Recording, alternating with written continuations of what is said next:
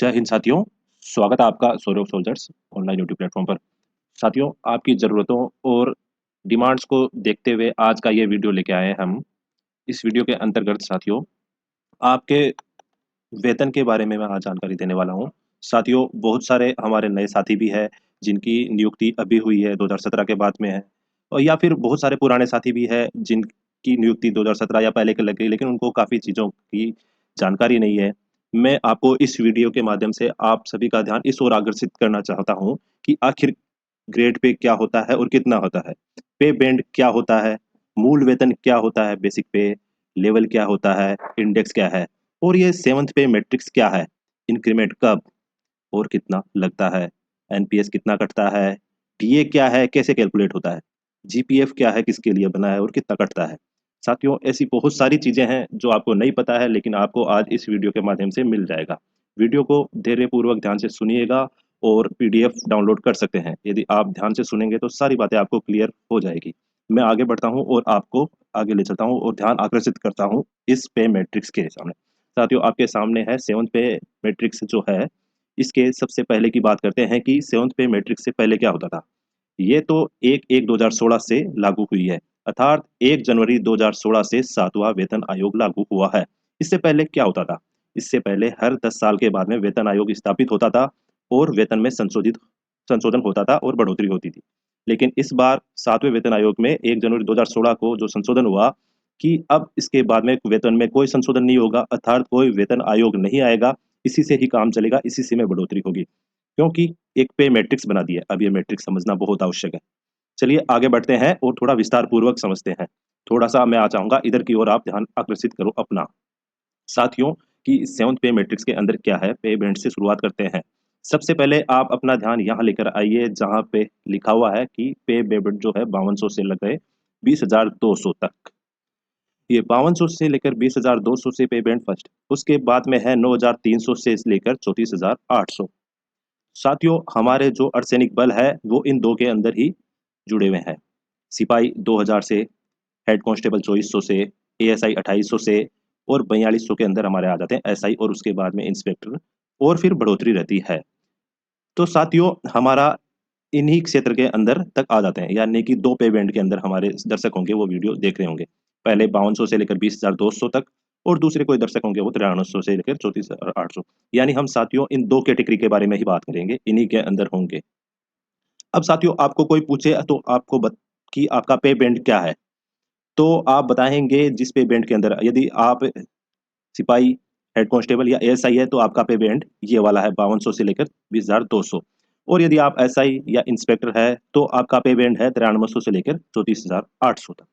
ठीक है?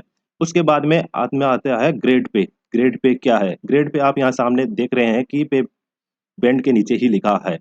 तो ग्रेड पे यहाँ पे पहले वाले पे बैंड के अंदर तो 5 दे रखे हैं। 1800, 1900, 2000, 2400, 2800, और 9300 से 3400 के अंदर 4 दे रखे हैं। 4200, 4600, 4800, 5400। तो इससे मैं उल्टा चला तो बताता हूँ। सब इंस्पेक्टर की 4200 होती है, असिस्टेंट सब इंस्पेक्टर की 2800, हेड कांस्टेबल 2400, और उससे पहले के सिपाही की 2000 होती है। उससे नीचे फॉलोवर वगैरह की कोई नहीं होती। उनको सबको बंद कर दिया और सबको सीटीजीडी का दर्जा दे दिया और मिनिमम ग्रेड पे 2000 कर दी है। अब चलिए हम आगे बात करते हैं, इन्हीं एरिया के बारे में बात करेंगे। चलो 4200 और 4600 तक की ही बात करते हैं ताकि वो ईज़ी रहेगा अंडरस्टैंडिंग के लिए। अब साथियों, आप जानते होंगे कि इससे पहले जो मूल वेतन होता था कि आपका ग्रेड पे का शुरुआती और पे बैंड का ये 4200, जैसे आप मान लो कि सब इंस्पेक्टर नियुक्त होते हैं, तो आपका पे बैंड का शुरुआती और ग्रेड पे का शुरुआती, इन दोनों को जोड़ देते हैं तो 13,500 होता है। तो ये होता है बेसिक पे, मूल वेतन। ऐसे ही मान लो कोई सिपाही भर्ती हुआ है तो उनका मूल वेतन क्या है? तो पे बैंड का शुरुआती और ग्रेड पे का शुरुआती, इन दोनों को यदि जोड़ देते हैं तो उनका मूल वेतन आता है। तो इस तरीके से पहले होती थी गणना उनके मूल वेतन की।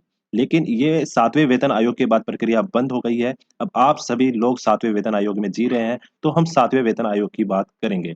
तो अब आपसे कोई पूछता है, तो आपको ये बात निश्चित हो जानी चाहिए कि आपका पे बैंड क्या है? तो 5200 से 20,200 यदि एएसआई तक है। यदि ऊपर के लेवल के हैं, 9300 से लेकर 34,800। अब साथियों, आगे बात करते हैं हम जो इंक्रीमेंट अभी होता है वो पिछले वाले से कैसे है अलग था। जो इंक्रीमेंट पहले था वो आपका पे बैंड और ग्रेड पे को मिला के 3% की दर से बढ़ता था और वो जुड़ते-जुड़ते हर साल बढ़ता था। जब आप 34,800 या उससे ऊपर बढ़ जाते थे, आगे निकल जाते थे, तो आपका इंक्रीज़ होता जाता था। लेकिन फिर ये ईयर वाइज़ आगे बढ़ता जाता था, वो अब इस इंडेक्स के अनुसार है। सभी अपनी ग्रेड पे के अनुसार आगे बढ़ते थे। अब साथियों बात आती है एंट्री पे। एंट्री पे क्या है? यदि आपकी नियुक्ति 7वें वेतन आयोग से पहले की हो रखी है, तो आपको पहले क्या पैसा मिलता था, पहला मूल वेतन क्या होता था, वो इन्होंने इसके अंदर एंट्री कर रखी है। ये पे एंट्री है वो 7वें वेतन आयोग से पहले, चयन मात्र पे जो पैसा मिलता था, जैसे सिपाही होते थे उन्हें का मूल वेतन 8,460 यानी कि ये बेसिक पे होता था। लेकिन ये एंट्री पे 7th पे मैट्रिक्स में खत्म कर दी गई है। वो अब अलग हो गया ये यहाँ पे लिखा हुआ है इंडेक्स फर्स्ट के अंदर। तो ये अब इंडेक्स फर्स्ट के अंदर जो ये मूल वेतन आया है वो कैसे आया है? वो इन दोनों के मिला के है पे बैंड और ग्रेड पे के अनुसार। 7th पे मैट्रिक्स के अनुसार आपका लेवल क्या है? वो लेवल चेक करना है।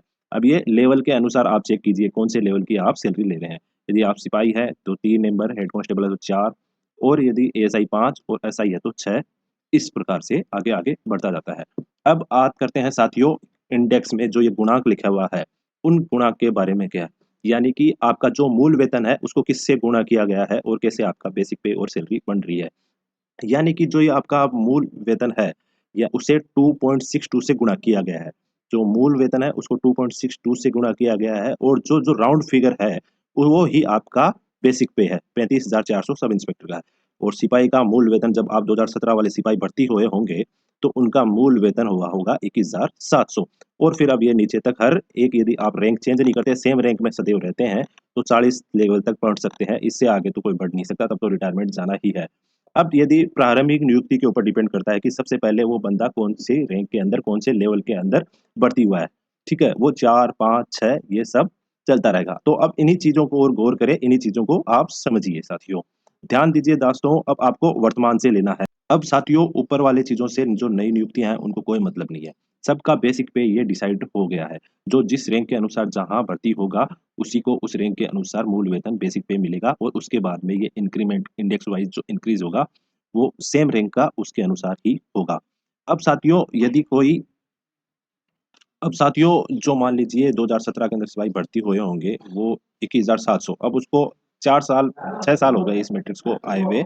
तो उनके लगभग 25,200 क्योंकि हर साल ये इंक्रीमेंट लगता-लगता 25,200 उनका बेसिक होगा और जो सब इंस्पेक्टर है वो इसके अंदर होगा 41,100 तक बेसिक पे हो गया। यानी अपने-अपने रैंक के अनुसार यदि 2016 के बाद में भर्ती हुए हैं उनके बेसिक पे कितना जा रहा है वो बढ़ते जाएँगे। नई नियुक्ति इस समय हुई है तो अब जो भी कोई नई नियुक्ति होगी वो बेसिक पे मैंने बता दिया इसके अनुसार होगा रैंक अनुसार। अब साथियों मैं बताता हूँ इंक्रीमेंट कब किसको कैसे लगता है। जो लोग जनवरी से लेकर जून तक यदि उन्होंने रिपोर्ट किया है, एनलिस्टमेंट हुआ है, नियुक्ति हुई है, उनका तो लग जाएगा 1 जनवरी को हर साल इंक्रीमेंट यानी 1 जनवरी को वो अगले इंडेक्स के अनुसार मूल वेतन लेंगे। लेकिन जिन लोगों ने जुलाई से लेकर दिसंबर तक शुरू में रिपोर्ट किया, उसके बाद उनकी नियुक्ति हुई है, उनका इंक्रीमेंट लगेगा हमेशा 1 जुलाई को।